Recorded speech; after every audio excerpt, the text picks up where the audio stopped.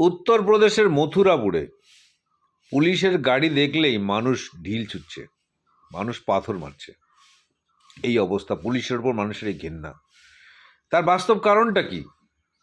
তার কারণ হচ্ছে উত্তরপ্রদেশের মথুরাপুরে রাস্তায় গাড়ি থামিয়ে একজন সন্ন্যাসী, একজন বাবা, তার নাম হচ্ছে ফর্সা বাবা, সে গাড়ি চেক করে তার মধ্যে কোনো সংখ্যালঘু মুসলিমরা গোমাংস নিয়ে যাচ্ছে কিনা। সেই কারণে গাড়ি চেক করা হয়। সেই দিনের পর দিন এটা চলতে থাকে। একটা গাড়ি দাঁড় করিয়ে চেক করার সময় অন্য একটা গাড়ি হঠাৎ করে সেই গাড়িকে অ্যাক্সিডেন্ট করে এবং সেই গাড়ির ড্রাইভার এবং এই ফর্সা বাবা দুজনই মারা যায়। আমার প্রশ্ন হচ্ছে, এই মৃত্যুর জন্য দায়ী কে?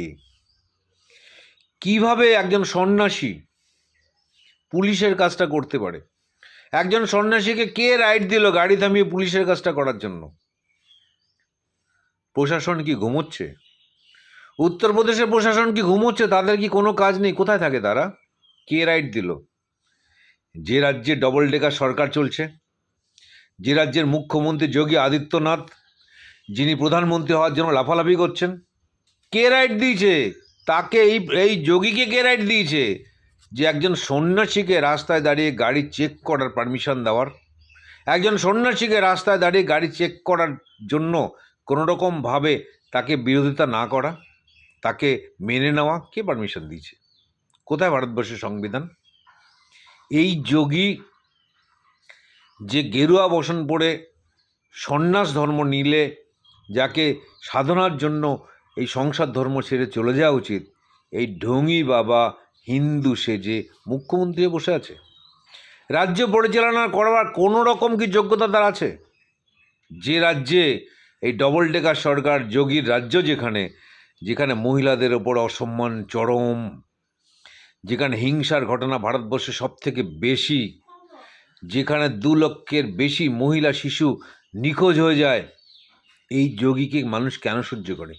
কেন সহ্য করে? আমি যদি এই যোগীকে হাতের কাছে পেতাম, তার যা বক্তব্য আমি এর আগেও শুনেছি, তার যা কার্যকলাপ আমি শুনেছি, একদিকে বলছে মুখে গো মাতা, একদিকে গো মাতাকে হত্যা করে গরুর মাংস রপ্তানিতে ভারতবর্ষের মধ্যে, পৃথিবীর মধ্যে ভারতবর্ষ দ্বিতীয় ছিল 2025-এ, এখন ভারতবর্ষ প্রথম। এবং এই যোগীর রাজ্যে, ভারতবর্ষের সমস্ত রাজ্য থেকে যতটুকু গোমাংস রপ্তানি হয়, শুধু যোগীর রাজ্য থেকে তার 40% রপ্তানি হয়।